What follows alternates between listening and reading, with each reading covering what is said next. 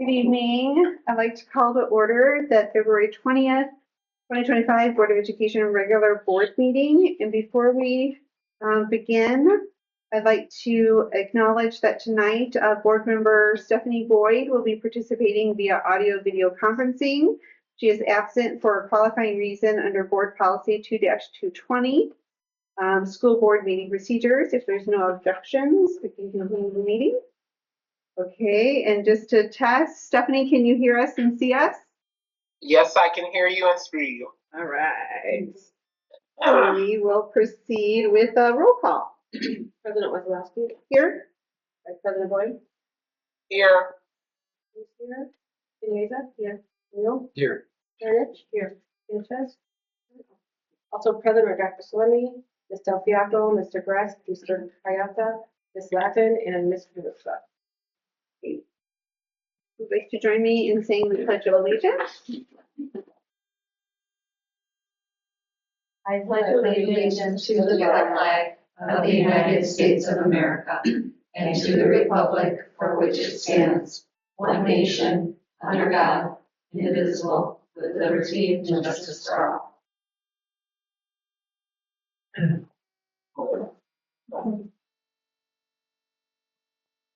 I need a motion to approve the agenda as presented.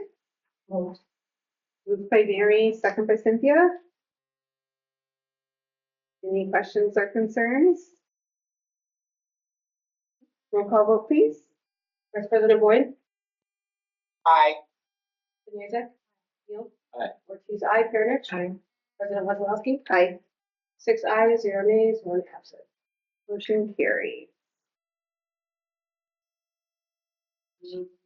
Then for district achievements, we've got a few to do here. It's always fun to give shout outs to people. So first we'd like to start with the EL team, who is hard at work preparing for our district EL audit, which I am sure is a very heavy lift. It's something that doesn't happen annually, right? It's 12 years. 12 years. So it's a lot to coordinate all of that information. So special shout out to Stephanie Delfiaco, Kirsten Pope, Maureen Moran, Michelle Salazar, Vanessa Marino, Soledad.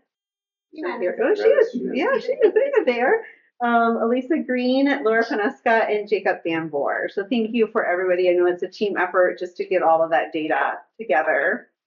Also, we'd like to give a shout out. I know we did this at last month's meeting too, but just the cold weather is brutal for everybody. So we really do appreciate the maintenance team and grounds who have everything ready and safe for our students and staff to come to work, for all of the faculty and staff who are out there monitoring the comings and goings, getting all the kids in and out. I'm sure you guys are bundled up in trying to stay as warm as possible, but we know that's tough to do, especially on those early mornings. So thank you for that. And last, congratulations to, we have some teachers that were recognized by their former students. So Karen Porcelli, 7th grade in IM Math, Anna McKinsey, 8th grade Science, Winnie Ramez, STEAM, and Brittany Orth, the WRIS Math Specialist. They were all recognized by their former students at PMSA for their STEM Award celebration. These teachers were recognized for former middle school students, and we are very proud of them for making such a difference in the lives of our former students. So big shout out to them. Next, we have audience comments. Do you have any tonight? Then consent agenda. I need a motion to approve the consent agenda as presented. Moved by Jared. Second by Rose. And as a reminder, we approved these in one action unless something is removed. And tonight we have the regular board meeting minutes open and closed at February 6th. The personnel report, which includes 2 resignations and 1 approval, and then the second readings in adoptions of policy 2-40, 2-70, 2-125, 2-140, and 7-170. Any questions or concerns on the consent agenda? Okay, roll call vote, please. Benita? Aye. Neal? Aye. Ortiz, aye. Sharon? Aye. President Wazalowski? Aye. Vice President Boyd? Aye. 6 ayes, 1 nay, 2 absent. Motion carried.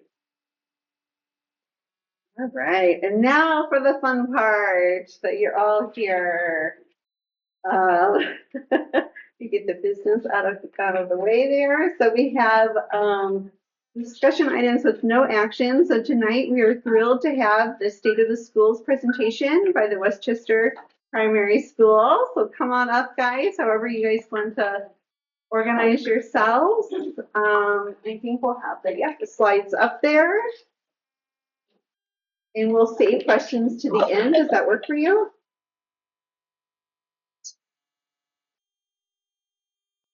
All right, we're really excited. State of WPS. This is our team.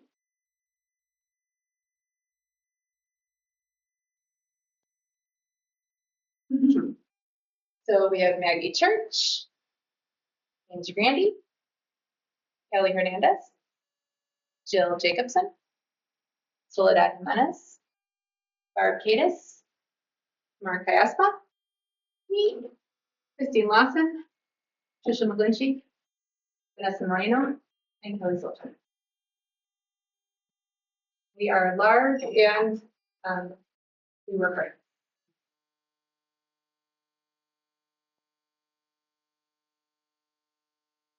This slide is representative of our school district and the Illinois school report card. And this is for the year 2020, for the current year. Is this information? This is our list. Okay, our last year. All right. And then the slide here is basically taking us through the this year and the 2 previous years of the enrollment in the ECE and then the grade kindergarten, first and second, and you kind of see that we've stayed somewhat consistent with the numbers from kindergarten going to first grade. ECE is kind of hard to kind of judge because we have newcomers coming in for kindergarten. And then this slide indicates the number of students that we have represented in yellow through the years 2018 all the way up to 2024 in comparison to the whole district. Thank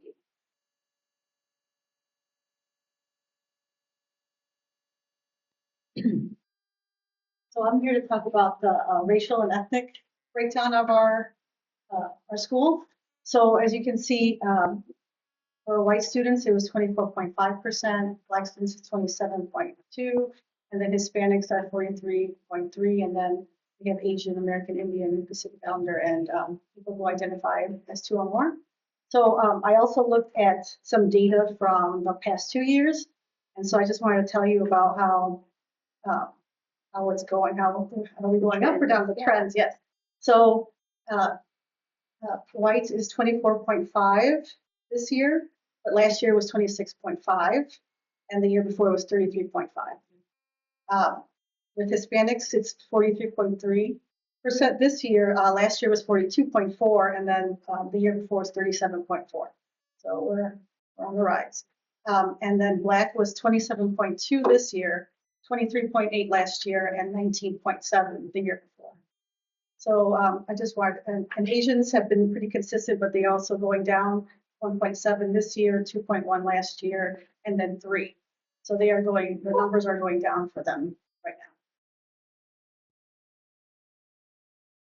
now. Okay, and I'm also here to talk about the student characteristics of our school. So our low income students this year are 40.3%. English learners are 19.1. That's what we do. Students with IEPs is 25%. Our student mobility this year is 6.7, and the school student mobility rate is the percentage of students who experience at least one transfer in and out of school before the first day of school, before the first day of October. And so, as you can see, our mobility rate is still less than the state of Illinois. And then I also looked at the numbers from the last couple of years for low-income students and English language learners and IEP. And ESL students are what, who I work with. So we are, this year was 19.1%. And then last year was 17.8%. And the year before, 17.5%. So we are trending up for ELLs. Low income, this year was 40.3. Last year was 48.9 for low income. And the year before was 40.4. So kind of gone up and then going back down now. IEPs have stayed pretty consistent, 25% this year, 24 and 24 last year. So it's been pretty consistent.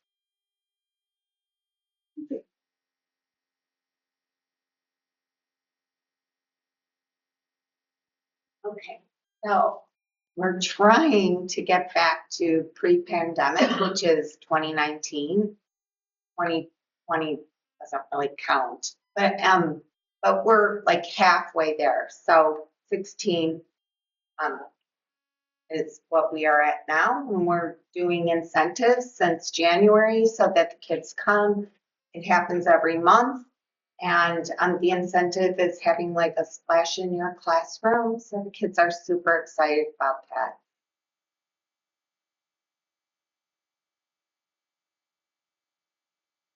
that. Our IAR summative designation, we're commendable. The assessment that we use, we don't give IAR at WPS. So we have the 3rd grade achievement level, and then the 3rd through 4th grade growth is what the state of Illinois uses for WPS, along with these other characteristics. So it's IAR, but also kind of absenteeism. That's why we work really hard. We send letters out at 5, 10, and 15 days just to notify parents, keep them in the loop. Sometimes they get lost. We forget how many days our kids are sick. We want our kids at school. We talk to them, fever, yes, stay home, vomiting, yes, stay home. They're not feeling great, send them to school. We'll see what we can do. If they're really not up to it, then we will go ahead and call them. But we really want the kids at school. And those are the conversations I have. I have conversations with parents all the time, and it's that partnership that helps us cut down that absenteeism. Hi, I'm going to speak on our math growth report. This is our math growth. The squares represent our predicted student growth. And as you can see in 1st and 2nd grade, we have surpassed the prediction. Our total number of 1st graders that took the assessment was 102, and for 2nd grade, 101. In 1st grade in the fall, they scored in the 38th achievement percentile, and they grew to the 55th. And for 2nd grade, in the fall, they scored in the 68th percentile, and they grew to the 76th percentile. We will continue throughout this presentation to talk about what more we're doing at WPS and how we're going to continue with this trend. Now, this is our reading report. As you can see, we also have surpassed the predicted student growth scores in reading as well. We're very proud of the same number of students took this assessment. There are 2 for 1st grade and 101%. In 1st grade in the fall, they started at the 27th achievement percentile, and they grew to the 45th achievement percentile. And in 2nd grade, they started at the 44th achievement percentile in the fall, and they grew to the 5th achievement percentile. We're very, very proud of our growth in math. At the end of this presentation, we're going to continue to talk about all the wonderful ways we're going to continue to help our students grow in the 1st and 2nd grades and the changes we've made to this book. In kindergarten, our benchmark assessment is the FastBridge Early Math Measure. And this bar graph represents the percentage of students in each of the achievement bands. So in kindergarten, there's been tremendous achievement in math from fall to winter based upon this particular measure. The numbers are trending in a positive direction, and we're continuing just to raise the level of instruction to meet all kids in kindergarten where they're at, using the Bridges curriculum and resources with targeted small groups that are focused on individual skill development in small groups. Okay, this shows the growth in kindergarten in reading. we use the early reading on FastBridge to measure that. It is 2 different tests. Some of the tests are similar, letter names and sounds, but in the winter, we have added in reading words. So they're nonsense short vowel words. So the test does get harder from fall to winter, but we're really proud of the growth that we've seen. As you can see in the red, we had 31% of our kindergartners come in. And the red in FastBridge would be from the 1st to the 19th percentile. And now we are at 20%. So you can see how that went down. And then you can see how the bands have changed. We're really proud of the growth that we've seen in reading due to our OG and structured literacy, which we will talk more about. And for those students that are falling in the red and yellow, I'm going to talk about the intervention criteria, growth, and numbers that we have so far this year. So for kindergarten, we're looking at students who, for tier 2 support, that are at or below the 25th percentile on the 2 reading benchmark assessments, which are the FastBridge early reading and the untimed letter names in the fall. And then in winter and spring, it turns to letter sounds. And tier 3 is below the 10th percentile on both of those assessments. For math, it's below the 25th percentile for tier 2 on the early math composite and FastBridge, and tier 3 is below the 10th percentile. First grade and second grade look really similar in terms of their reading. Students that are qualifying for tier 2 support are below the 25th percentile on 2 specified benchmarks, or are below the 15th percentile on the CBM reading, so that's their reading fluency. In first grade, the assessments are the FastBridge early reading composite and the MAP assessment. The same, and so for second grade, it's the CBM reading and the MAP assessment. For first grade math, we're looking, for tier 3, we're looking below the 10th percentile on both of those assessments. For math, tier 2 in first grade, below the 25th on the FastBridge early math and MAP, and below the 10th on both of those for tier 3 support. For tier 2, 25th percentile on all 3 of the math assessments, which are FastBridge, CBM, automaticity, FastBridge AMAP, and the MAP assessment. And then tier 3 is below the 10th percentile. For the students that had reading and math goals, we're in reading or math intervention. In the fall to winter benchmark time, we had 18 students meet their growth goals in reading and 18 students meet the growth goals in math. For reading, that's 18 of 47 first and second graders. In kindergarten, we had 15 of 22 kindergartners gain their percentile on FastBridge because it's measured a little differently. For math, 18 out of 23 students. We're looking at 78% of our math students met their math goals. And in kindergarten, it was 3 of 7 gained their percentile on FastBridge.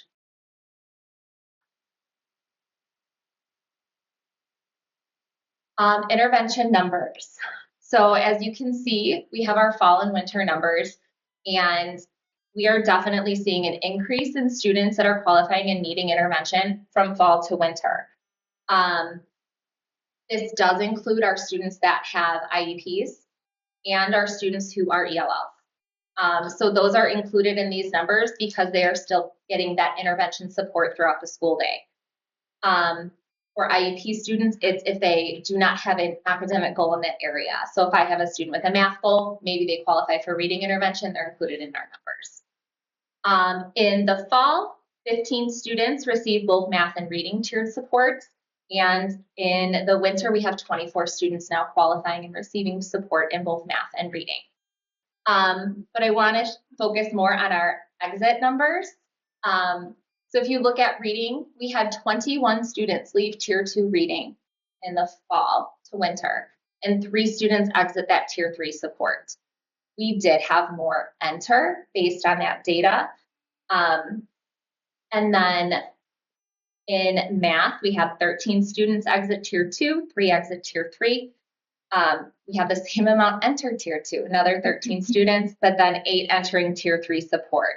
And just something to note, when we're looking at those second grade math numbers in particular, a lot of the students that are now receiving tier 2 support had been on our watch list in the fall. So those are students that didn't have above the 25th percentile on 2 of the 3 assessments. So we were watching them closely. And so those are the students that we're now moving into intervention for that additional support.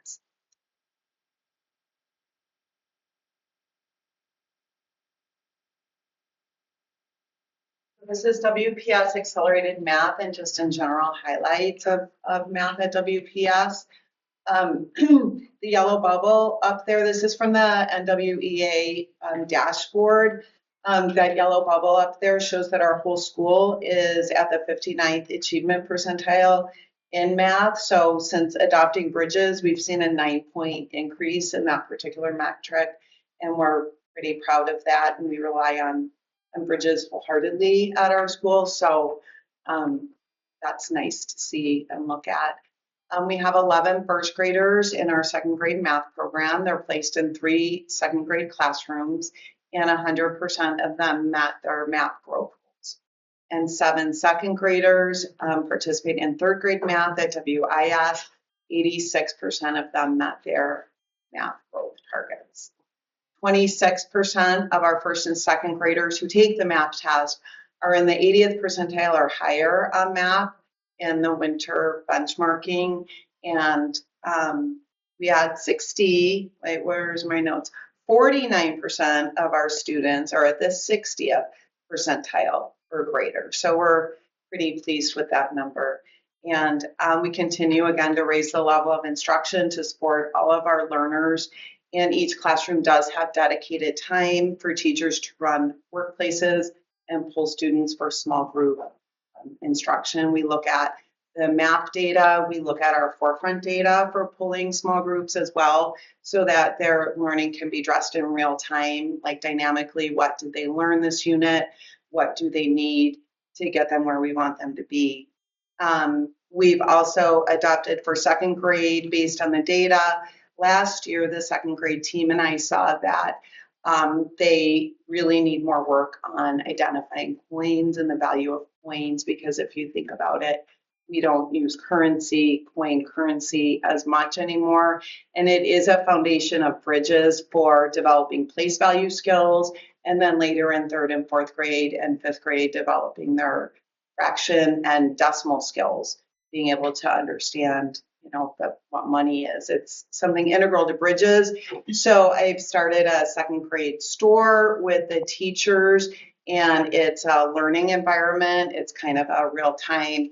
Kids get coins based on the parameters that the teachers have set up within the team for participating in math, for using math vocabulary, for following, their dolphin pride and other expectations in the classroom.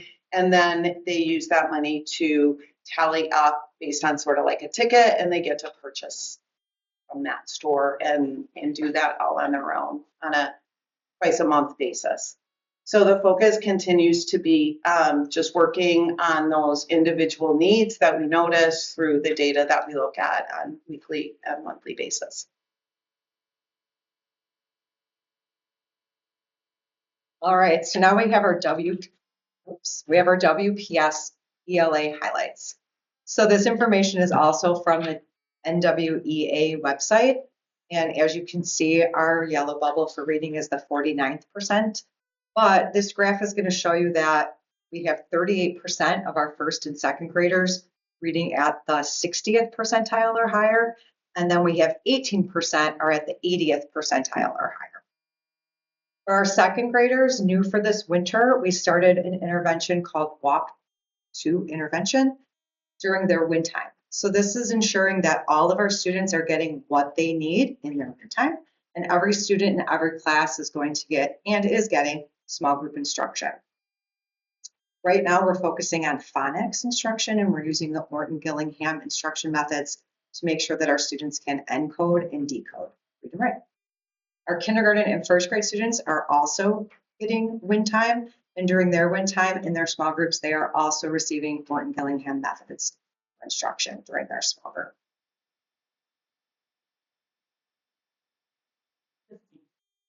So our discipline data, it's pretty straightforward. very exciting. 90% of students have 0 referrals, and out of all of these referrals, 5 have 3 or more. So when we total up these numbers, only 5 students have 3 or more referrals. And out of one of those, all of those, I'm working with the families.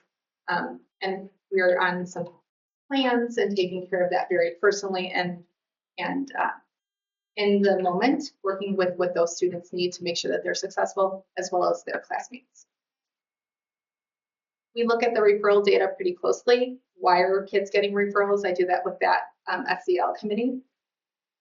And then, so you can see, we were high in September and October on our referrals. We had a little dip in November. November is a shorter month, Thanksgiving, we take that into account. And then we jumped up a little bit in December again. And so we really looked at what was going on. We saw a lot of those disruptive behaviors, kids not being able to keep hands, feet, and objects to self. And so then for January, our target SEL was self-control. Our kids got little badges that were like self-control. I have self-control. 2 students each day would be awarded that by their teacher. They walk very proudly with their lanyard. They get lots of recognition in the hall. We gave out little zones of regulation tickets. Kids wrote their names on them. And as you can see, we went down from 10 to 6 referrals in January. Now that February was that was the beginning of February. We did have more than 1 referral in February. But again, it gives our students that language. I have self-control. Self-control means keeping my hands, feet, and objects to myself. And I do that so I can grow my brain. This month, our focus is for February, heart prints. We're leaving heart prints being caring. February, like you said, very cold, Dana, very cold, very inside, very not cutesy, if you know that meme. Very hard for our students to be inside all the time. So we work hard on self-control, leaving heart prints, because indoor recess day after day starts to get a little old. And so we try to mix things up for the kids, whether it's in the cafeteria or in the gym or using our pathways so that they can be successful in those non-structured areas. Okay, so here we have the demographics for our ELL students by ethnicity. As my colleague mentioned before, our Hispanic group of ELLs is considerably larger than the others. We have 70 of 84 ELLs, 71 are Hispanic ethnicity, 4 Asian, 3 Black, and 6 white. Now, over the years, 2 years ago, we were 51 ESL students. Last year was 71. This year is 84. So little by little, we're growing in numbers. So now, if we look at Power School, one thing that we noticed was that Power School asks families to report their race. And this is just an interesting fact, is that a lot of Hispanics will mark themselves as being white. So on Power School, it shows that 56 families categorize themselves as white, 21 as American Indian or Asian, and 3 Black. Just an interesting thing.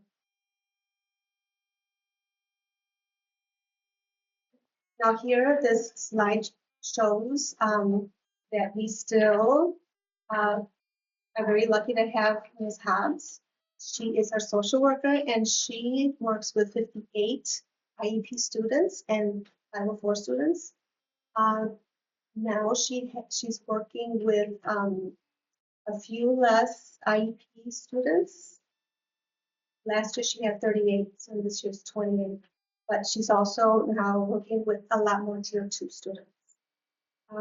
Last year was 34. This year is 27.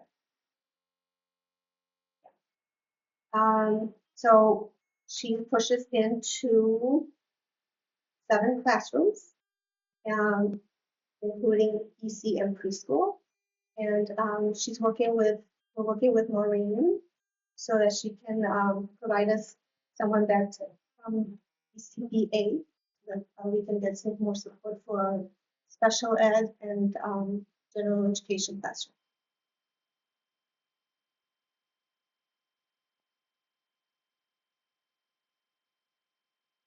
All right, I'll start off though. What are we doing now? So the A and R's for academic The R is for relationship of our students and families, and the E is for the environment of our staff.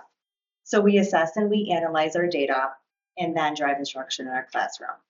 Our summative assessments are from our programs are more formal and high stakes to evaluate the students' learning and their proficiency. Some examples of that would be unit assessments, final presentations, or projects. We also have formative assessments, which are used to monitor the students' learning and to provide ongoing feedback to the students. That would be more of exit slips, class discussion. In kindergarten, I know we do a lot of one-on-one interviews and conferences. Typically, the specialists will work with the classrooms during our PLT time to help assess and analyze that data and then work with them to create small groups. Again, just targeting the needs for students on an as needed basis with current information. So like Angie was saying, just current formative assessments, summative assessments, and then we can give them what they need right there. At WPS, we provide a quality tier 1 instruction to all students. We aim for a very strong core so that we eventually don't need these interventions is our goal.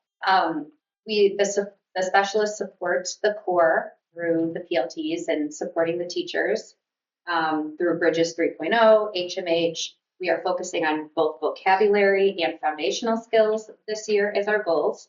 And also the specials teachers as well support these goals and are aware of the goals and integrate it into their curriculum as well, such as heart words. The gym teacher may use these in the gym, geometry, used in art, and comprehension skills in library, math and science, and STEM, and in music. I'm gonna explain to you what the different tier levels look like on a day-to-day basis. Tier 1, some of the things that we use are the Story Champ program, and that's for all the kids in the general ed classroom.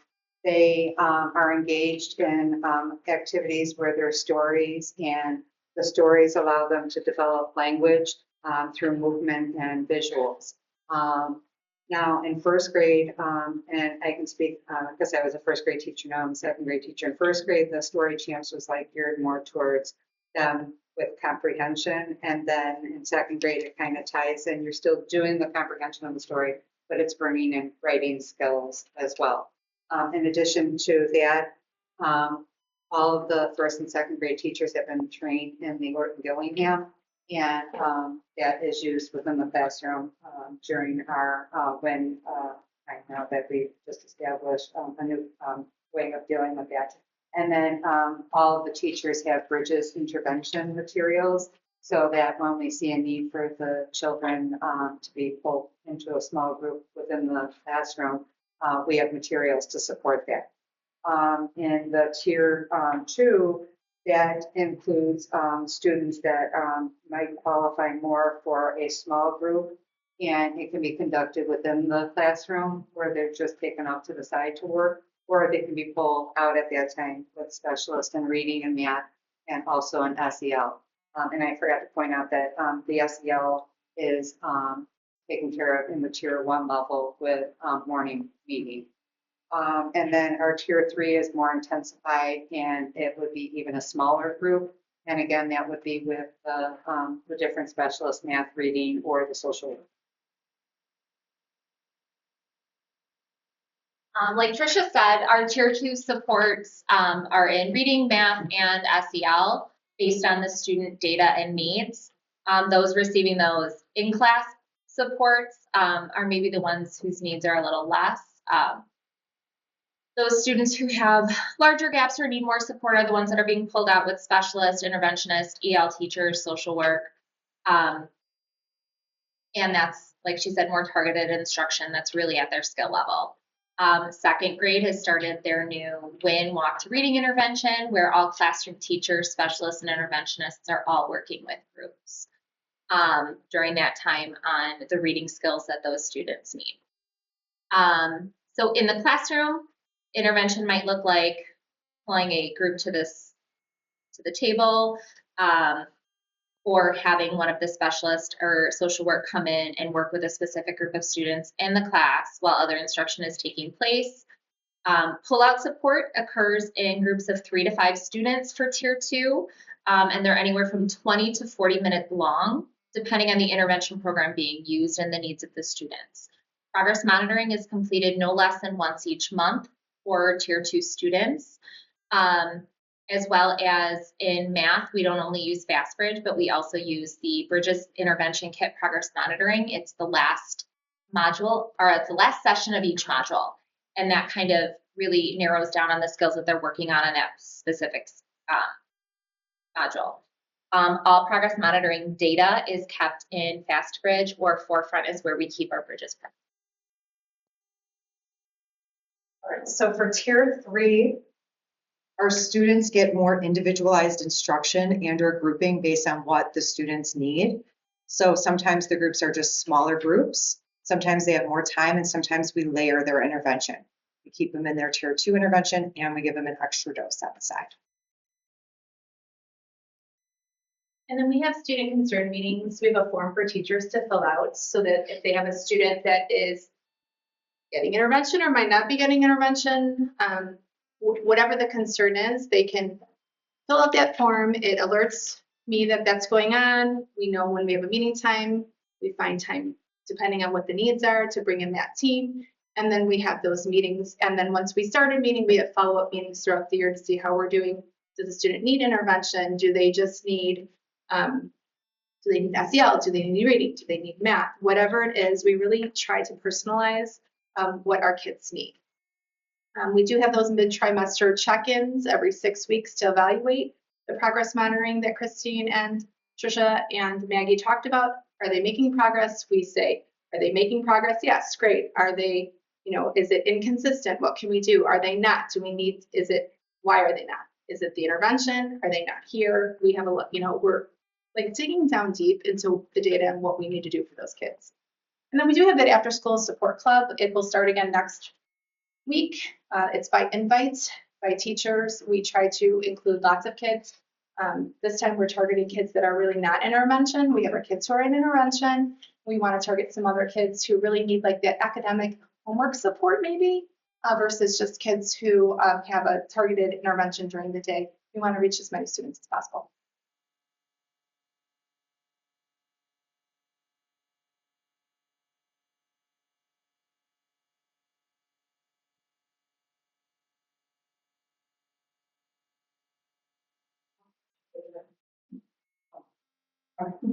Sorry. All right. So now WPS is working on fostering community and school engagement with our students, our families, and our community. So we have many opportunities for them to engage in all of our school events. As you can see, we have a lot going on, not just at primary school, but in the entire district. So we just started last year for the first time K-2 Fine Arts Night. And we're continuing that this year. This includes our entire K-2 school community. So then next we have strengthening our school culture and relationships. So again, as you can see, our students have a lot of opportunities to feel proud about things that they're doing and feel safe. One way that our students have an opportunity to share their voice and their opinions is our second graders get to fill out a SAVERS screener. And then our kindergarten and first graders get to take a safety survey. We're continuously working to enhance student engagement and promote leadership. We have our post-break Significant 72 activities, in which we help connect students with one another. We also help them ease into routines after winter break or different breaks. We also have kindergarten mentors starting next week, and that's going to start at the beginning of the school day. They support the kindergartners in learning how to identify their letters and identify their numbers. We also have student goal setting, where teachers conference with students and help them develop their personal academic goals of what they need to learn. And then we also provide expanding enrichment opportunities. This year we have board game club run by Mrs. Moguchi, a way to have the kids socialize and learn how to win and lose. Bilingual reading club. We also have math club for accelerated first graders. That's new this year. after school club to help with homework, before school reading club for students who need just a little bit more reading support, recycling club, and art club as well. We also try and foster a culture that is collaborative, but also that we can trust one another. And some of the ways we do that is we engage the staff in different activities that, first of all, promote our well-being, and it kind of establishes teamwork on some of the activities that we've done in the past. We at Christmas time, we did Christmas ornaments. We made those, and we had like a little coffee and donut activity. In January, we had a very lovely spa day right before we started school, so we got our hands nice and soft, and we had some treats there. And then just recently for February, we did Valentine cookie decorating. So it's a way of us enjoying each other, but that's developing trust and collaboration. We also have coaching cycles to support professional growth. All of our specialists have a certain day, a certain day a week within the PLTs where one comes each week to support the different grade PLTs. And they're always willing to offer any type of a coaching cycle that would be something that would help to enhance the learning of the kids. And then we also have a non-evaluative walkthrough for Mrs. Laffin. She comes in and she kind of just gathers her information just from walking in, and then she gives us feedback back.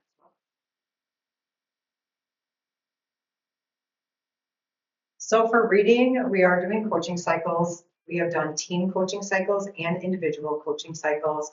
And we also are working with the teachers on writing. And then in the writing, we'll get student samples, and then we're working on different ways to target those skills that the kids need in their writing. And in math for instructional practices, this year we adopted the Bridges 3rd edition, which was an update. So I'm supporting teachers with new routines and practices that are part of that 3rd edition update. Also working in team and solo coaching cycles and teachers to focus on operations and algebraic thinking, namely problem solving, so word problems, and just recently did learning labs where I hosted the kindergarten, first grade, and second grade classes on story problems. And so they could take that back, where we went back to the PLTs and debriefed on, what kinds of things they want to take back to their classroom and do with their teachers or their students. This year, we also implemented the Wharton Gillingham screener for all of our first grade and second grade students. We've given it twice, the 2 benchmark periods, and then we also give it to the kindergartners who are readers. And this helps us to target their needs in phonics and writing, any deficits that they may have. And we've collected the data and helped the teachers to analyze it and form their small groups and make plans based off of that. We also provide Heggerty Tier 1 phonemic awareness to all students, differentiated math workplaces, intervention materials, and technology integration, such as Seesaw, IXL, and Smarty Ants, which help the home and school connection. Finally, we're strengthening the SEL supports through having 2 social workers this year, and focusing on zones of regulation, identifying big and little problems, and expected and unexpected behaviors. And using the same language really helps the teachers, the staff, and the students as well. So for our professional learning and collaboration, we host 3 learning labs a year. We've conducted 2 so far, one in November, which was reading, another in February, which was math, and March and April will be more self-directed. These learning labs help us to grow as educators, watching our colleagues and all.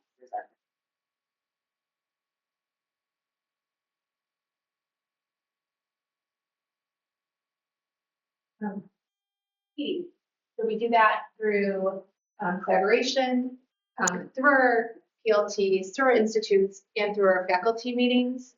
And we've really tried hard this year to kind of hone in through our school improvement plan. So we use Bridges because we're really looking at that operations and algebraic thinking. And we noticed that through math, that's where we needed to focus. HMH, we know writing is essential for students. It's a life skill that they need. So we look at the HMH. We looked at their writing rubric. We've tweaked it. We continue to tweak it. But we're also looking at the vocabulary. We talk about vocabulary. We're talking about like prefixes, suffixes, multi-meaning words, not just enhancing a larger vocabulary. Some things that we take for granted that maybe isn't taken, for RELs, that might be a place that we need to hone in on. And then IXL is really neat because it talks to MAP. So their MAP scores are ported into IXL, and then they have their MAP scores in there. They can use that arena, but they can also do the diagnostic because sometimes guess on MAP and it might not put them exactly where they are. So then we also have the diagnostic. And IXL also aligns with HMH and Bridges. So there is a place in there where teachers can choose lessons that might be, okay, so maybe their MAP didn't have them at the skill that we're working on this week, but I can go in and I can choose it and say, I want you to work on this instead. Then we also try to provide a safe environment for the kids to learn, a positive learning environment. So we try to provide the resources that each teacher needs in all the classrooms that all the students need. And then we also embed effective strategies in all the classrooms. And then we also implement responsive classrooms. And we meet as a committee before each break to discuss our significant 72 activities, which has been ongoing since Ms. Delfiaco introduced them. We meet as a committee and talk about how we can best integrate students back into the routine after winter break, Thanksgiving break, and so on, and soon to be spring break. So we look at how we can support each other in making it just a welcome back to school during those times. And usually it would consist of activities like team building or relationship building activities within a teacher's classroom. We also have an ongoing project which starts at the beginning of the year that the teachers pull on at each of those intervals to build on. So it's something that the kids see, it's kind of like, how am I growing? We start at the beginning of the year. That's for this year where we started in the fall. And then they've added onto it in Thanksgiving and coming back from winter break. And then we'll add on some more and finish it up at the end of the year. So there's a continuity to some of the activities, and some of them are just build a little marshmallow tower with toothpicks so that they have fun working together and building. But everybody, it's an all hands on deck type of activity where all of the teachers support each other. The specialists, the staff will, get farmed out into all the teacher classrooms to be an extra pair of hands for some of those activities and games.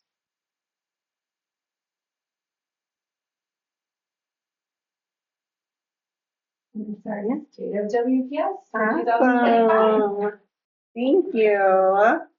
So we'll just go in order if anyone has any questions they want to start. In what order? Whatever order. Who wants to raise their hand first? I have a question. How will you know if the additional social worker and the BA being contracted is effective? Are you looking to incident data to be reduced? Are you looking towards the SABRE data or the safety survey? Like what is going to tell you that that's effective?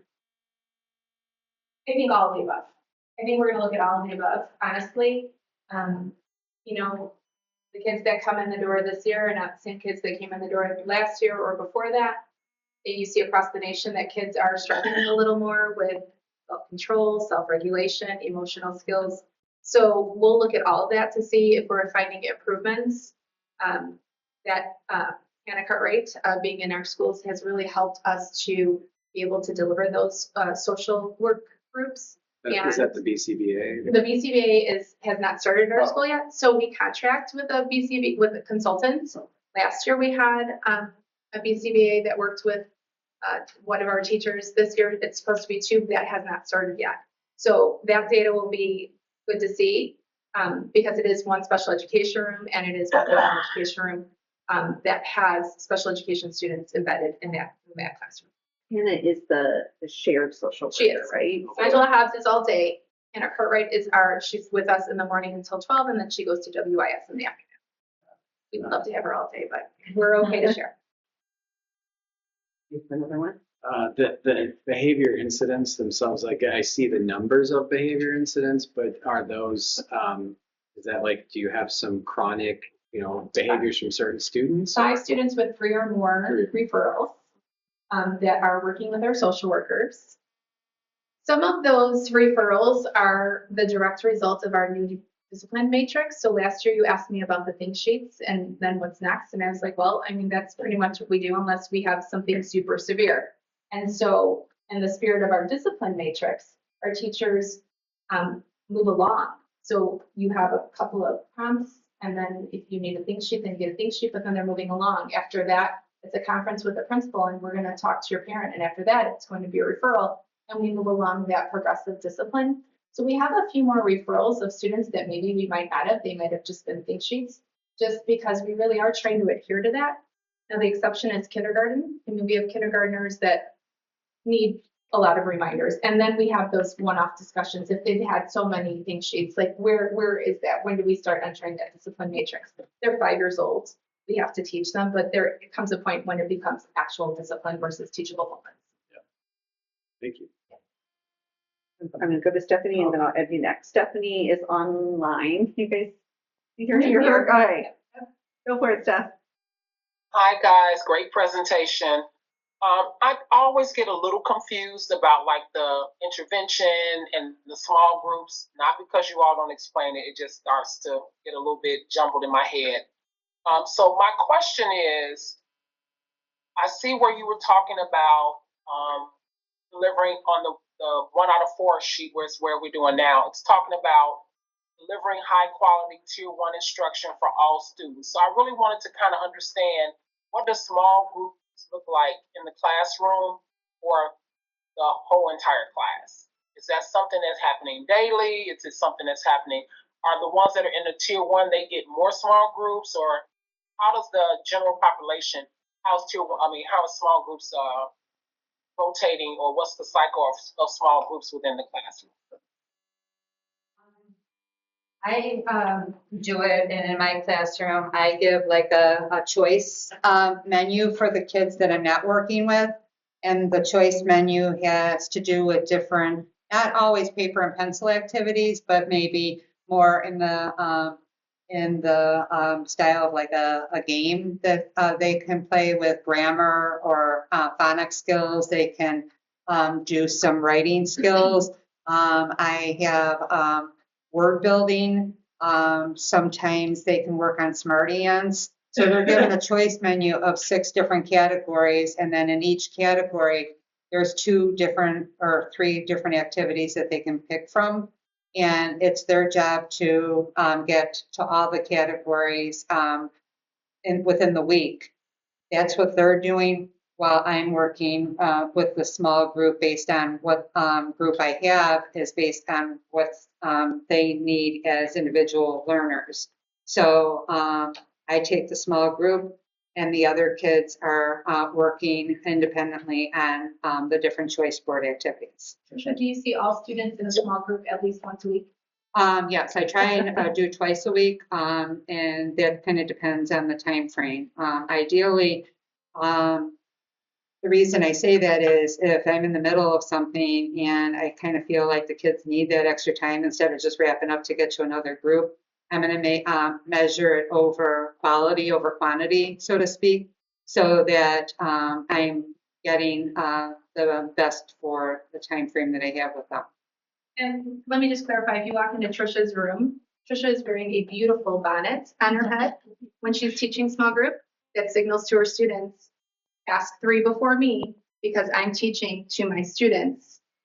They are very involved, very teaching. Her kids are very independent, as most classrooms, just not always the bonnet. But you know when Trisha is teaching small group because she has that hat on, and so do her students.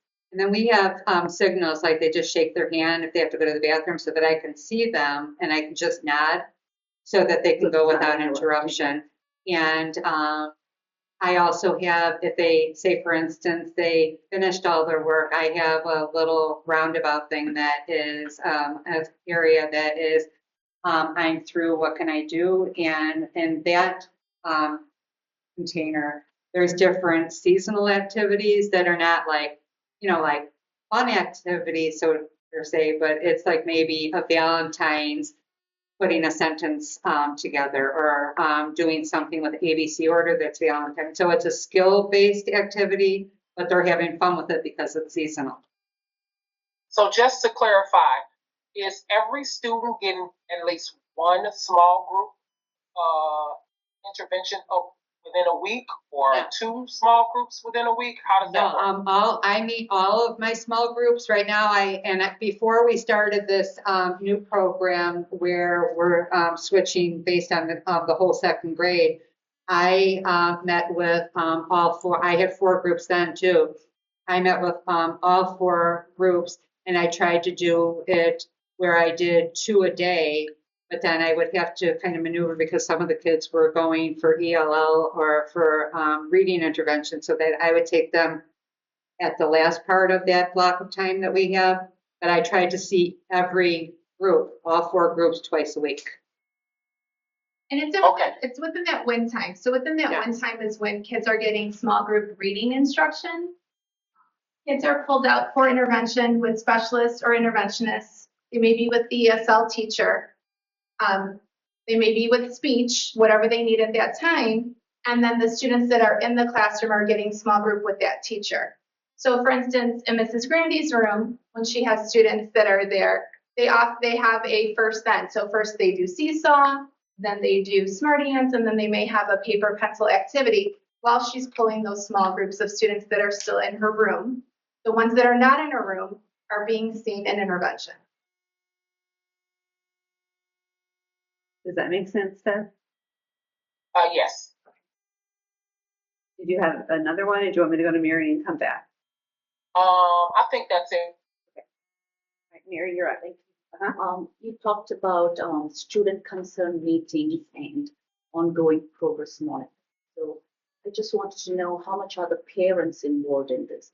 Do you meet with the parents, or how many times in a year, or do you meet as required? As required, but we communicate with parents. So when we have those meetings, you want to talk about the letters that we send out? Sure. Okay. So the interventionist, it's about every 6 weeks, we send home progress monitoring graphs to the students with letters to the parents so that they are aware where their students are in their progress monitoring. We also send home reading bags every day. So there's letters in the reading bags, there's the heart words that we're working on. Math does it too. We also have the letters that we're working on, things that they can do with everything in the bag. So every week they know what letter we're on, because it's new to the bag, or what new heart words are in there. There's word cards to help them blend. But as far as the letters go, it's about every 6 weeks that we send an update of progress, let them know what we've been working on over the last 6 weeks. And there's a copy of their graph from progress monitoring, reading it. And then we do have meetings with parents if we do not see students are making progress, to talk about what can we do to partner, or what might be next steps. And they're appropriate. Yeah. For the most part. Right. For the after-school intervention club that you guys are talking about, so is that for students that are not just like, for average students as well, who may not have an IEP or in group?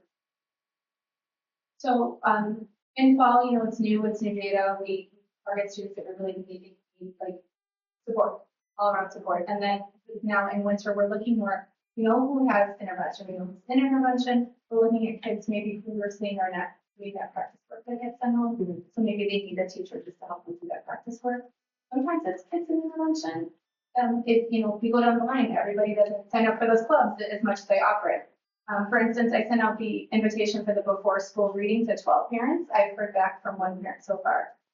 So we'll extend. We'll make calls. Gina's great. She'll make calls for me. Did you see the email? Well, it all depends on who we can get it. But it is not just to students with IEPs or just to students with intervention. We do try to touch as many kids as we can. Thank you. Is that one? And it's just more about what you thought about taking the math or free versus coming back. Instead of taking the math in January, how did you write something in December? I actually at first thought that it might be too soon, but as we did it, I was really impressed on how attentive the kids were, considering that it was right before the holidays. But I think that they probably performed better because they didn't have that block of time after the holidays that would have caused them to maybe not be at their best, so to speak.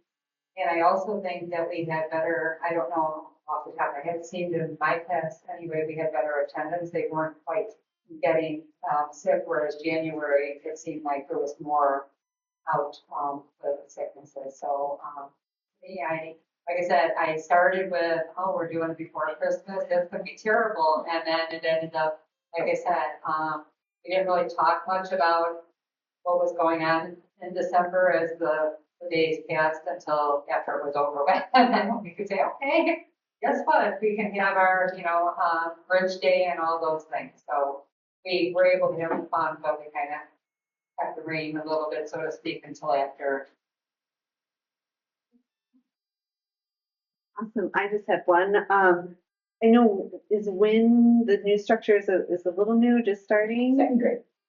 So just second grade. Just second. So what can you tell me again what that sort of looks like? I know in my head I'm thinking it's like WIS's, but maybe it's not. Is it similar? Yes, Okay. I know. Jill, do you want to talk about that one? Yeah, so we give the OG screener, and then collected the data, and based on their phonics needs, it was actually an encoding test. They had to write the sounds and write some words. And we looked at that, and if they weren't able to apply the phonics skill to their writing in words or on its own, then we grouped the kids together based on that phonics need. So a teacher may have kids that are working on the ing ending, for example. And then from there, we're going to progress monitor to see which students needs change, or some might progress faster or slower than the other students. So they are flexible groups and they're able to move to different groups. And then they progress through the phonics skills. Orton Gillingham has a progression of phonics skills that are taught in a certain order, and it's constantly reviewing. So they're able to move through all of the skills that way. So the kids will be rotating amongst the second grade teachers? They may. Okay. They may stay with their own teacher if they are taking that group, or they may move to another teacher if another teacher's taking that group. And then within that class, they are seeing small groups and reading decodable readers with small groups and working on writing skills within that group. I have to say too that because it's new perception that I'm getting from the kids, they seem very excited that they have, like a little break in the movement, first of all, but then they're getting an experience from a different teacher, so to speak. So, I mean. See some different friends, probably. And in front, yeah, but I've talked to, they seem quite happy to be where they're at. It might make them feel a little more grown up. Yeah. Junior high, gets to switch. You're like, oh, well, you switched to. Yeah. And it helps with the collaboration of the teachers as well, because they're collaborating ideas, what works, what doesn't work, and then the second graders are all of their students, and they want to see growth from everybody. Yeah, cool. Can you explain to us what are some of the significance and what? Sure. So I'm on that committee. I can explain a few of them. So the activity that Bart was talking about earlier, where we're looking at the kids like growing throughout the year. In the fall, they wrote goals on a picture of a flower pot. And every time we've come back from break, they've added another piece of the flower. So after Thanksgiving, they added the stem with something they feel they're doing better. After winter break, they added the leaves. After spring break, they're going to add part of the flower. And then in May, they're going to add the last part of the flower. On how have they worked on achieving these goals? So that's more of that reflective consistent piece. But like she mentioned, there was a time that after winter break, they built towers or snowmen out of toothpicks and marshmallows as a group of 2 or 3. So that, they're working on communication skills with students in their classes, problem solving, and really just trying to build that connection between peers. In the fall, at the beginning of the year, we do a lot more. We actually spread out the activities over the course of those first 3 days before instruction really starts that first full week. Think of the activities. I'm just we're on the committee Yeah. together. We'll also incorporate some boot camp activities. So sort of like behaviors for the hallway, behaviors for the lunchroom, bathroom, and bus. Ms. Lappin at the beginning of the year and after winter break, she starts with a whole school assembly. So she'll start the return to school with a whole school assembly and we do a morning meeting. We do a whole school morning meeting from responsive classroom. So those are significant 72 ones. All the different activities we've done for 6 months. Some of it, like that first year, we played games. We played hot potato. We played emotions charades this fall. So students were given the picture of like a child's face, like a cartoon face, and it had like frustrated, happy, excited, and then they got up in front of the class and acted it out. And so they were communicating without words and trying to really understand what are those emotions, how can we recognize them in ourselves, how can we recognize them in others. So it's not only giving them that, but it's giving them the language so that they can communicate their needs as well. Did we not do a bingo? We did a bingo somewhere. Yeah, we've done a lot, yeah. So it's a combination of SEL activities. In the beginning of the year, we'll give time for teachers to create their, like a classroom motto or a coat of arms or their expectations. We give them time to review their routines for workplaces and, so we think that through in the committee, we schedule it, and then that is what the teachers have time.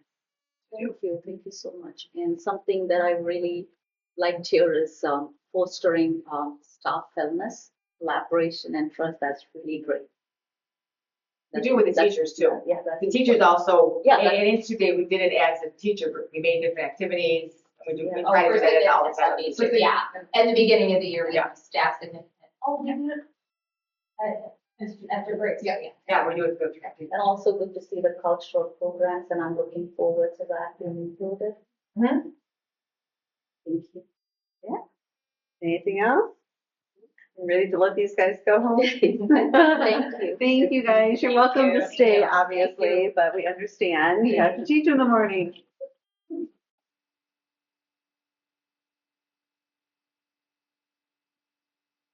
All right.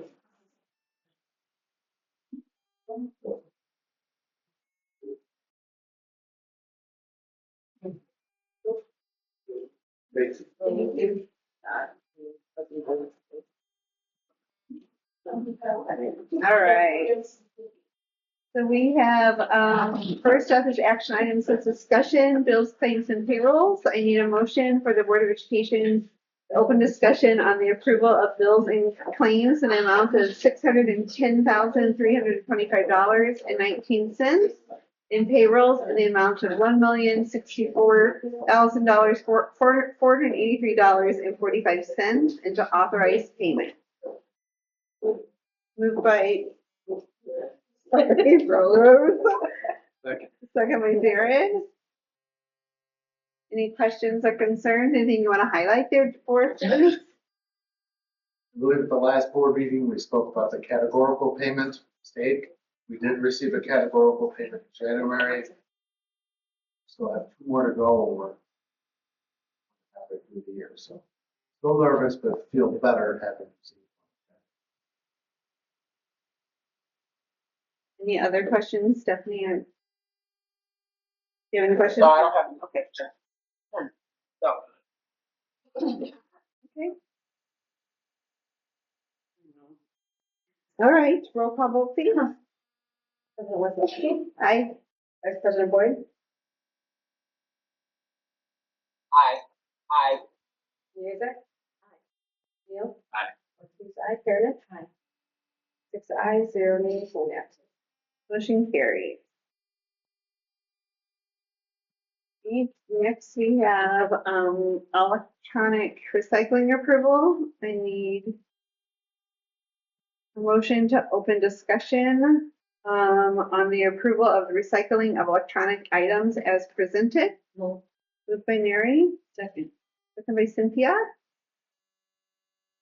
Okay, there was a memo. Jacob wrote a memo in here. It looks like we are recycling some obsolete, broken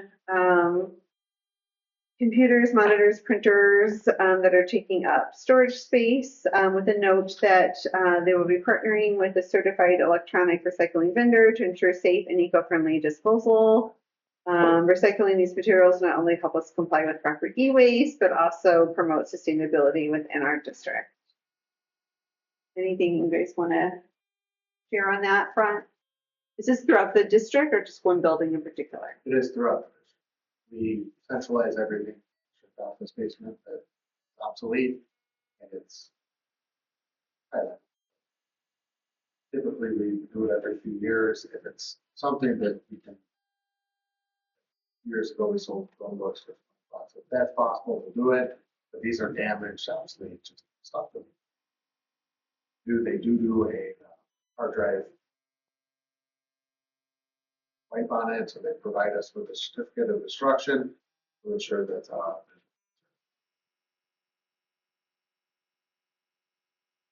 Do you guys quote it out? Are you getting quotes or you have some? it's a free service.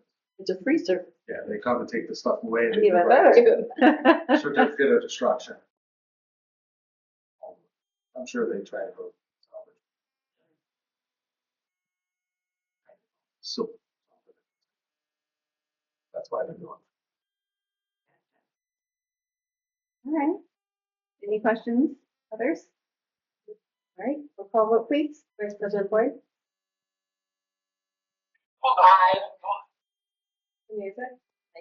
Neil? Aye. Ortiz, aye. Meredith? Aye. President Kozlowski? Aye.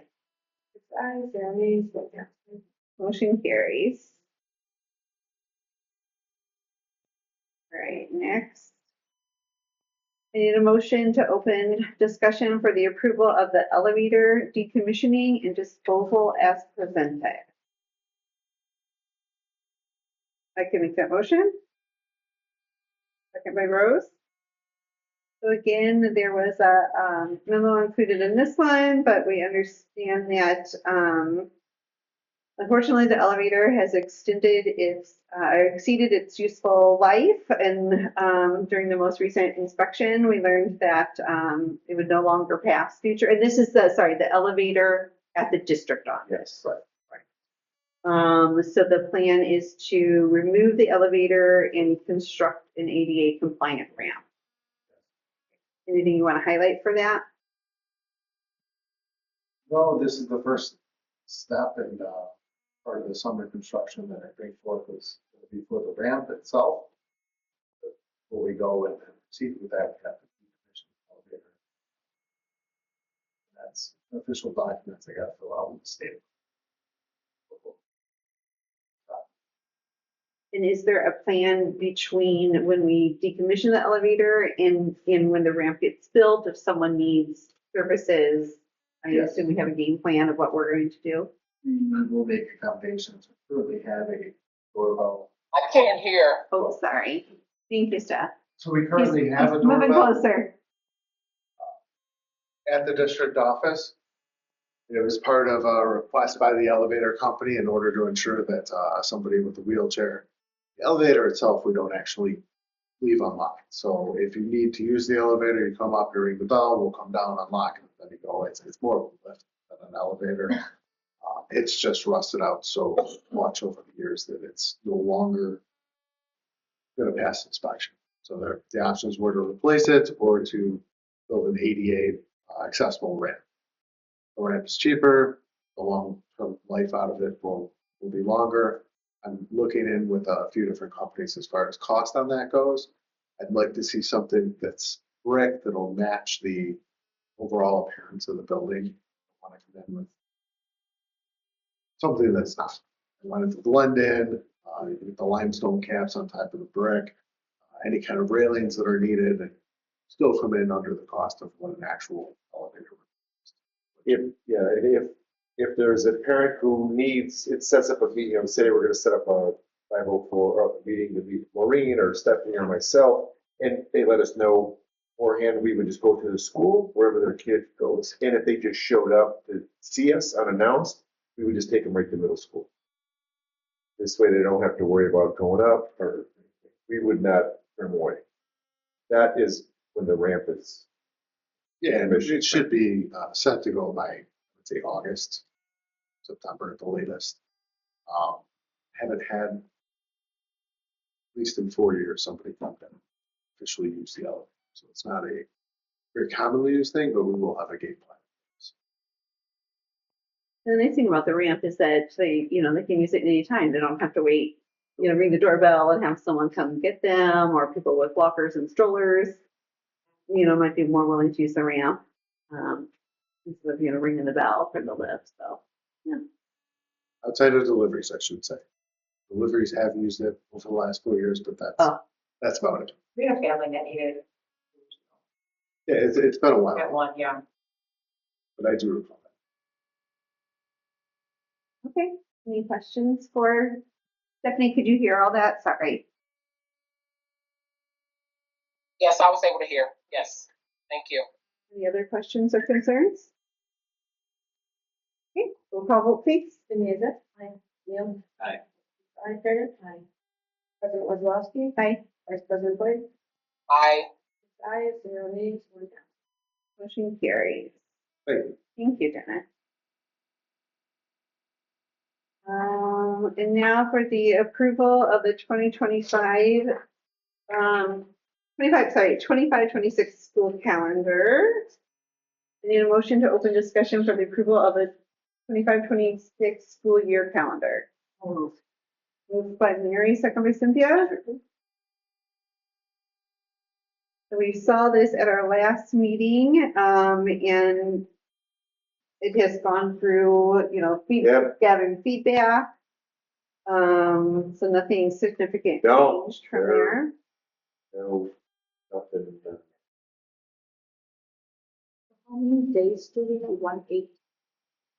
180. What is it? How many days? 181 work days, 177 attendance days for kids. Something like that. And then our major breaks, the spring break and winter break, essentially aligns with our feeder district. Yeah. Any questions, concerns on that? I did have one question. Yeah. So one thing that we're not aligned on is the holidays in February. I think the kids got off Lincoln's birthday, and then the other kids got off President's Day or something like that. Is there a reason why we don't align with that date? So the high school and the elementary school. Yeah, we're not good. Yeah, we choose to be off on the Monday, which is the President's Day. We're not taking Lincoln's birthday off, which is in a Wednesday. It just and I know it was proviso. Were they off on Wednesday and Monday? No. Just No, Wednesday. No Monday. Yeah, we just We went for the longer, just Monday. Just makes for a longer weekend, and it's. Breaking up in the middle of the week is always challenging to get it back. We don't meet all those, because I know they take off Pulaski Day and we don't take off Pulaski Day, so there definitely are some nuances. And you know what though, Stephanie, I was talking with some of the people over there, and so Lincoln's birthday, and help me Laura with this, because it's a state holiday, they were under the impression that they needed to take it off.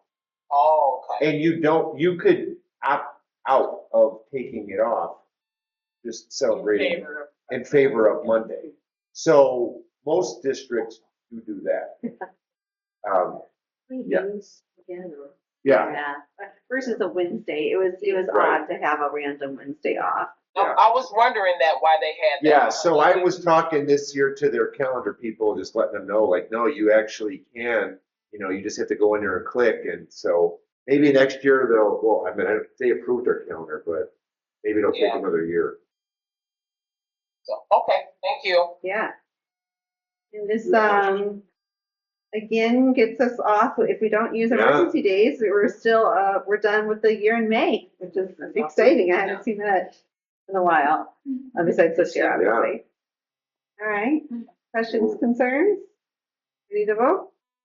All right, roll call vote, please. Neil? Aye. Aye. Heritage? Aye. President Wazlowski? Aye. Vice President Boyd? Vice President Boyd? She's trying. Thumbs up? Aye. I'm sorry, I had it on mute because I was coughing. That's Sorry. all right. Inconvenience, Mesa? 6 ayes, 0 nays, 1 absent. Motion carries.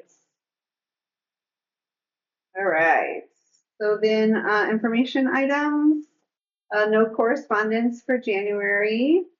I'm gonna skip board president's report for tonight. Legislative report, Mary, thank you for including those. We have a federal legislative report and an IASB legislative report in there.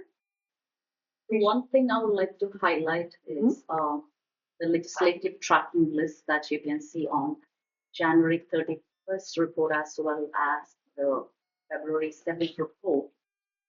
So in order to make it easy to track the legislatives easily, they have broken down into 9 sections or topics.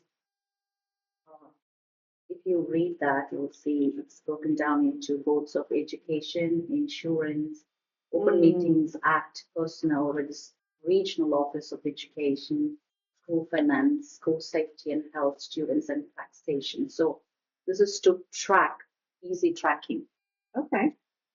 So this is the highlight in the January last legislative and the February 7th. All right. Legislative, and you have the meeting on Zoom. When is that? March 14th. I March see it right in 14th. here. Yeah. Yes. Nice. Okay, great. Thank you. Any questions for Mary? And also in the January 17th, I think I should highlight. Sure. Well, so our former President Biden signed into law the Social Security Fairness Act, abolishing or taking off the government pension offset and the windfall elimination provision, which it's regarding the Social Security benefits. So these two were reducing or affecting the Social Security benefit, especially the teacher retirement system. Yeah, you couldn't get, if you were on a pension, you couldn't get Social Security. So now Change. those two are taken off, or those two are not there. Okay, great. Thank you. Rose, ISD West Coast, anything for that? They have a meeting coming up on March 6th. It's 5:30 to 8 o'clock if anyone's interested in going. It's at Rhodes Elementary School in River Grove, and the speaker is going to be Mark Plaisner, who's the director of West 40. Yeah. We have a meeting, right? They're presenting some the overview of some services and resources and roles of regional offices in education and intermediate service centers. So need to RSVP by February 27th if anyone's interested. Great. I would be interested, but we have a meeting that night, right? March, we do have a meeting. Yeah, right, March 6th? Yep. Yeah, Next meeting. the last of our presentations. Yeah. I missed one. Yeah, thing go for it. legislative. So you have that COSBA or Consortium of State School Boards Association meeting on from September 7th through 9th in Washington, D.C. Okay. Sure. Yeah. Gotcha. Great. We had one FOIA request in January. Thank you for handling that, Laura. And now superintendent's report. Good evening. Couple things. Yes, thank you for mentioning, the cold weather is always fun. I did, a lot goes into those decisions. They're never easy. There's a lot of collaboration. There's a lot of moving parts. And I know that families are dealing with a lot, so calling off is a big deal.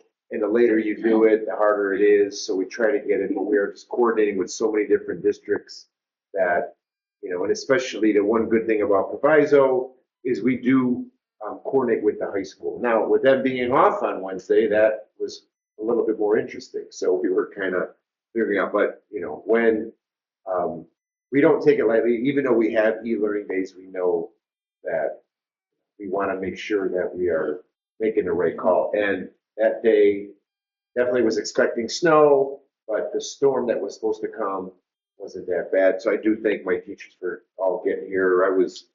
We had Dennis was out there plowing, and I was getting snow off the windows. We were doing what we could for the staff and trying to help everybody out. So as you mentioned, Dana, thank you. It's a lot, but I was really happy. Attendance was really good for the kids, so we kept moving. The 5 essentials window is open. I sent out a message yesterday. It's going to be open for about a month. I'll put another thing in my superintendent corner for March.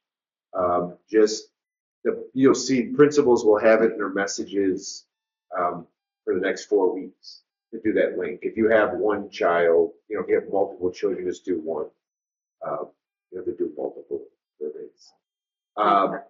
Right. Highlight if it's an anonymous feedback. It's anonymous. It is. So Yeah. is there something we can?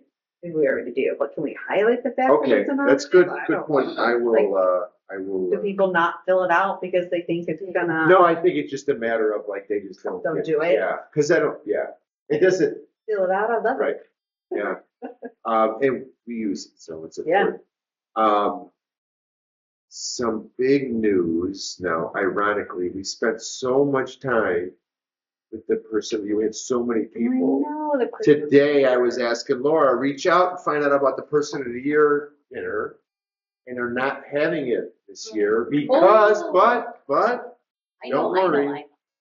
Barry knows the 100-day celebration, which is going to be May 17th on a Saturday, but they're not going to recognize the Persons of the Year this year.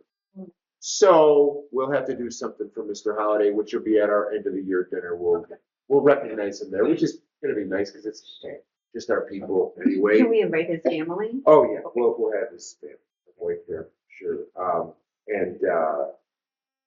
So we'll do something. It stinks, but at least So just know the 100-year celebration will be May 17th. The chamber we have flyers. They've been all over it. Probably up to the main office. And then another big thing in March. I know we have another meeting. If I just want to put on people's radar. As many of you know, if you've had students go through here, Fine Arts Festival is March 22nd at MS. It's a big to do, and so definitely want you to attend that.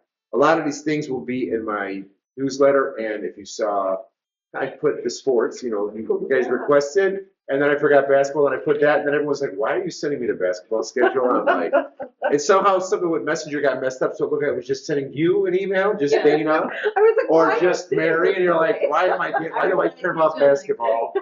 But I don't know why it did that, but anyway, Cannot tell. We cannot say you didn't tell us. Yeah, you knew. We knew. But yeah, okay, that's all. Yeah.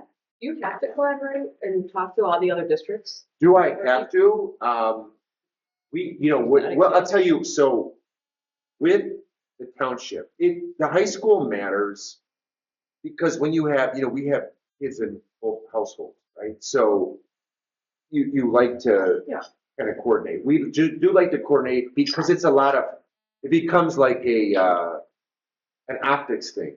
Well, Hillside's closing, why aren't you closing?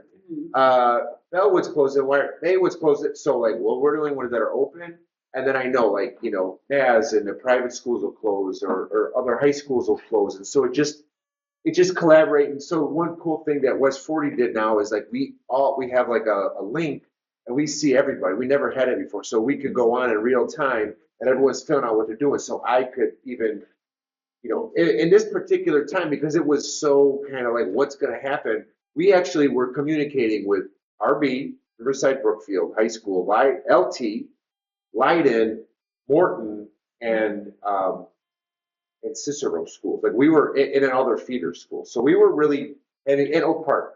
So all those high schools kind of talking like we're all going to stay open, even though there was districts closing around, like further I out. was just wondering how. Yeah. So that's kind of goes, and it's, like I said, I think sometimes it gets to a point where, I mean, just honestly speaking, it gets more like where it's optics, and it's like all it takes is like one district says I'm going to close it, and everyone you start to see it because it's like almost safe to do it, but it's just everyone has different situations, and a lot has to do with the staff. So if your staff, say all your teachers live in Naperville and Naperville's closing, well, now our staff might have a challenge because all their kids are in Naperville schools. But just like with spring breaks, I mean, every school, I mean, our teachers are spread out all everywhere. So it's really hard. So you're trying to get a pulse on, can we have staff? Can we have our buses, our buildings warm? Like you go through these different questions, and that's why, like I said, I want to get the message out sooner. I remember when I was like, someone would get a message at 6 a.m. Like that's train left the station. Like that's way too much. It's nice too to be able to Right. have your child come if they were in that. Right. Right. So so it's about getting earlier. And just because we're on a topic, because the question came up, well, why don't you guys maybe think about doing a half day? Right. Now we have half days and we communicate that. My concern is just safety for say I say the night before we're going to do a half day and someone didn't get that message. And now we have kids getting off the bus and they're going to their house and their parents are at work because they didn't hear the message. Well, now I'm going to have a third grader sitting out in their house in the cold and the snow. I'm not comfortable with that. So that's why I don't want it. We could pull it off, but I just worry about messaging or kids just being left here. So it's a lot. I mean, I don't know. I know we'll get another cold day because it's February, but we're almost in March. Yeah. I really like the slide that spoke about staff wellness and all those things, and they were kind of talking about it in the last meeting. So, year two, I can't remember actually. You were about cultural survey. Do you remember that? The cultural survey. They do a district culture survey. Culture meaning like school culture, not culture and people's culture. No. Yeah. Not people's culture. Okay. The teach, I think, Yes. especially the staff. Staff culture. Yes. The You big still rocks. have that? So we did, we used the 5 essentials survey as one too. And then the principals give different kind of surveys. That survey that we did with the big rocks we did it once and then we haven't done it again. I know you spoke Yeah. about it, Yeah. but you did kind of explain. But then we do pulse checks and we do kind of feedback on a lot of different ways we can measure culture. Like Stephanie, when she does professional development, she asks, like, how are you going? Teachers are asking, or principals are asking, like, what's the state of your how are you feeling? And then I'm checking in with the WEA a lot we're constantly trying to catch capture the culture. They like the spa and the Valentine. Yeah. Oh yeah, the activities they're Activities, doing. Yeah, Yeah. that sounds fun. And it's nice that it's a committee that puts it together. Yeah. For the ideas. All right, administrative reports. We have one from every administrator. We have some of them here tonight. Does anyone have any questions about those? They're always so chock full of information. It's really nice. Yeah.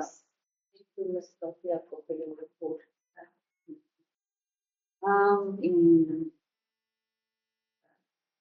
Good. So we have our second audience comments.